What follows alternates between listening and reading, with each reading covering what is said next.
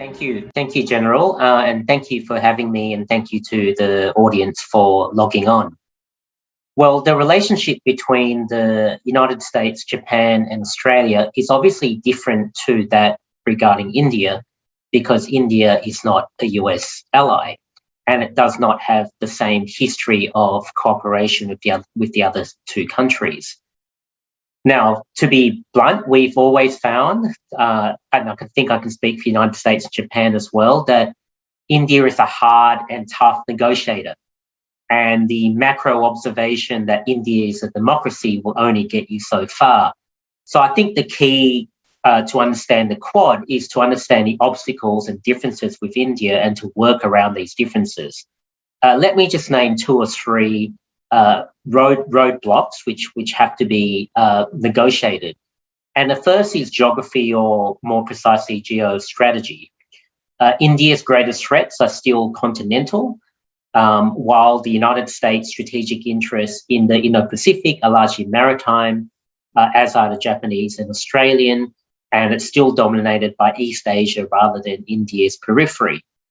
The United States and the others does not have the capability to involve itself in hot disputes in continental India, while India does not yet have the will and possibly the capability to involve itself in disputes in maritime Northeast Asia. The second roadblock we have to negotiate is history or strategic culture. The United States in particular seeks allies and partners able to deliver on hard commitments, while India seeks to maximise its strategic options and strategic independence. Now, these might sometimes be complementary, but they are not the same thing. India has never been part of the post-World War II US-led strategic order and doesn't have the same conception of alliances and partnerships as many East Asian countries. Moreover, India is friends with American rivals and enemies such as Russia and Iran. The third roadblock is economics. India might be the sixth largest economy in the world in nominal terms, but it is ranked around 142 in terms of GDP per capita. In other words, from that perspective, India is still a poor country, and it's not heavily invested in the integrated supply chains in East Asia. This means that India has less direct interest in putting blood and treasure into upholding a regional liberal order compared to United States, Japan, Australia. Now, India still largely retains a largely continental strategic perspective, despite its growing naval capabilities, and this is not surprising given that its two main sources of disruption are still Pakistan and continental China. The third roadblock is institutional. India's institutional apparatus and resources that it can allocate to foreign policy issues in relative terms is still some way behind that of the other Quad countries. And this, I think, still places some limitations on New Delhi's capability to develop and implement joint policies. However, despite all those three factors, we are working out what we can get from each other. Now, all sides agree that China is the problem. They may state it in different ways, but I think all sides agree that China is the problem, and the Quad would have been reinstituted but for China, or but for this perspective, even if not all sides agree on how best to address specific issues. I do think changes in mindset from all sides will be significant and probably decisive in driving cooperation within the Quad. From the Indian side, China has always used its border dispute with India and its support for Pakistan to warn India that closer cooperation with the US and through organisations like the Quad will lead to China pressing those continental buttons. But I think India has finally come to the realisation that China will press those buttons regardless. So this means that India might as well pursue greater cooperation with the US and Quad countries. And at best, it potentially gives India new leverage and new options. At worst, India is not in a poorer position with respect to China, as China has shown that it will press those continental buttons regardless of the policies that India is pursuing. Now, from the American and Allied side, I think there is a gradual realisation that they need to work with what India is and not project onto India their vision of what ideal cooperation looks like. So it's significant, for example, that the idea of helping India rise and allowing India to become, quote, a net security provider has come into fashion in the United States and Australia and Japan. This is significant because it acknowledges that India will not always fall into the same strategic line. But if India emerges as a great Indo-Pacific power or Indian Ocean power, its structural differences with China will mean that a powerful India is on balance going to be a net positive for the United States and the other two countries. And importantly, this is something India is very comfortable with. Given an understanding of each other's interests and limitations, in my view, meaningful cooperation is occurring and will continue to occur in the following ways.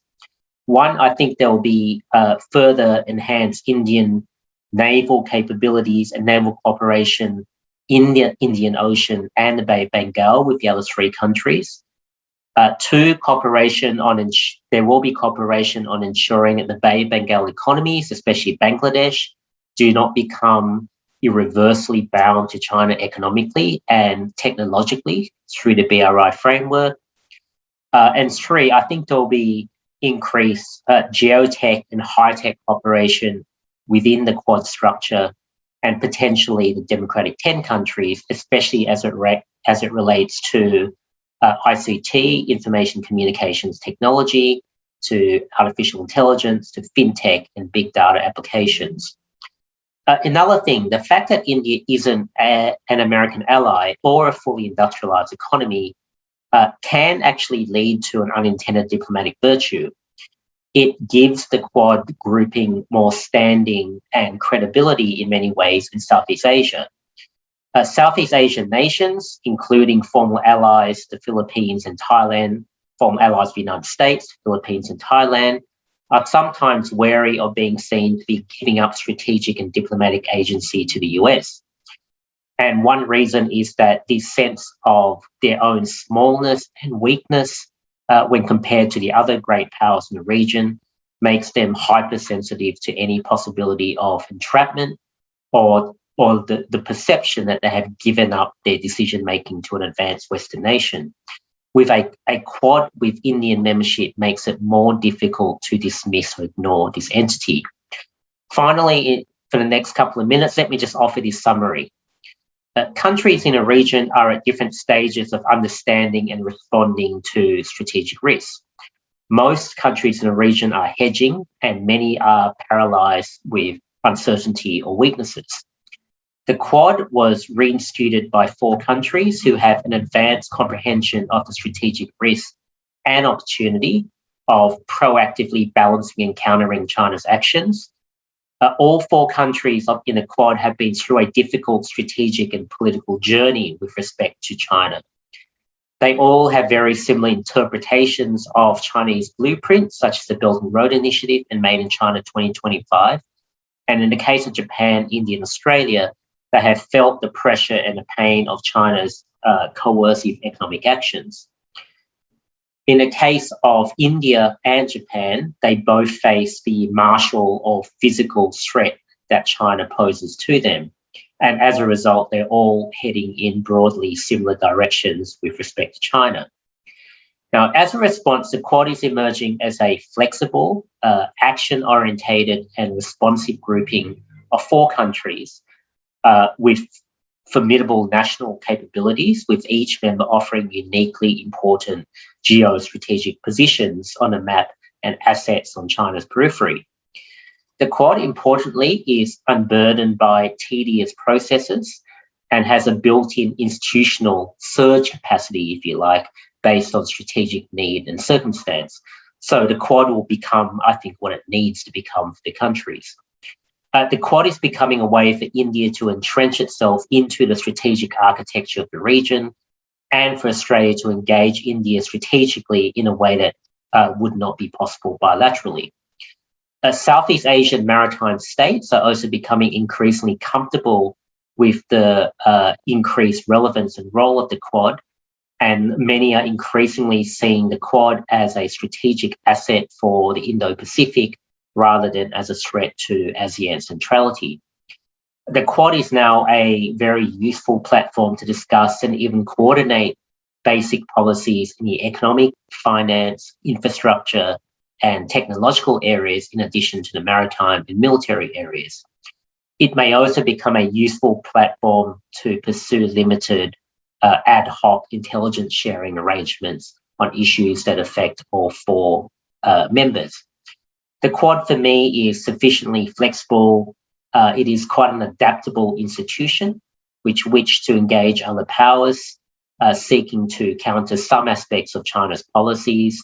And I can see the Quad becoming quite a useful platform to engage countries such as Vietnam and even the European Union, or particularly European countries such as France, when it comes to Indo-Pacific maritime issues. Thank you, General. I'll stop there and look forward to the discussion after.